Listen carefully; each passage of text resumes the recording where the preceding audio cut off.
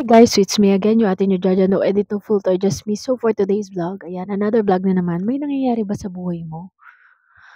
May pangarap ka ba? So, kung bago ka lang sa aking channel, so this vlog is about mga pangarap, pursuing your dreams and goals.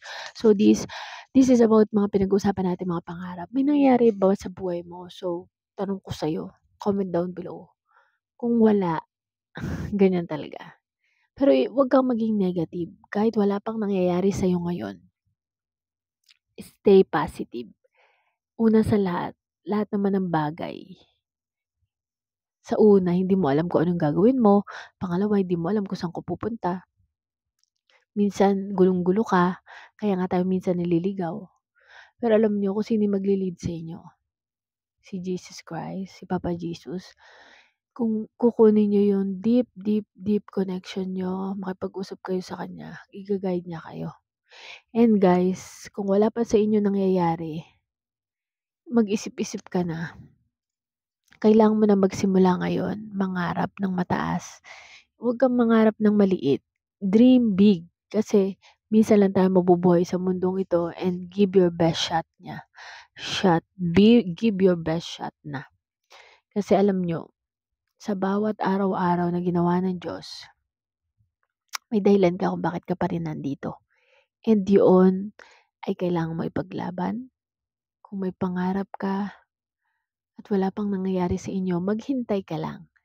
Diyan yung pumapasok yung waiting time na kasama mo siya. God has a plan. God has a perfect timing. You need to wait. Sabi nga nila, beautiful things takes time. Kaya maghintay ka at matuto kang maghantay. Okay? Kung wala pang nangyayari sa inyo, tuloy-tuloy lang. Huwag kang mag-i-stop or huwag kang mapanghihinaan ng loob. Alright? Lagi mo isipin, nothing is impossible with God. Kung lagi ka naliligaw, lagi ka nagfe-fail, walang nangyayari, bakit hindi mo i-try yung iba? Mag-isip kang mabuti kung ano yung magpipit sa'yo. Parang ako, ganyan ako. Nag-try hanggang sa malaman ko yung strength ko. Magaling pala ako magbenta ng damit. So, ayun yung pinurso ko. Una, nagtinda ako, nagtapsilogan kami, nagtinda ng mga lugaw, kung ano-ano. Pero doon pala ako magaling sa mga pagsala-live selling, ganyan. So ayun, makakarating ka din sa time na makikita mo yung strength mo. At yun ang ipurso mo. Yun yung yakapin mo. And doon ka mag-focus. And lagi mo isasama si God sa mga ginagawa mo, sa mga plans mo. Dahil siya ang nagbibigay niya sa'yo. And lagi mong isipin maging generous ka. Kasi kung hindi ka bibigyan ni God na sobrang blessing, kung hindi niya gagamitin ang bulsa mo para tumulong sa ibang tao. Okay?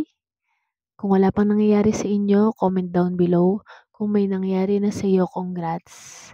At kung nasa waiting session ka or season, maghintay ka lang, manalig ka, and magkaroon ka ng deep connection sa Kanya.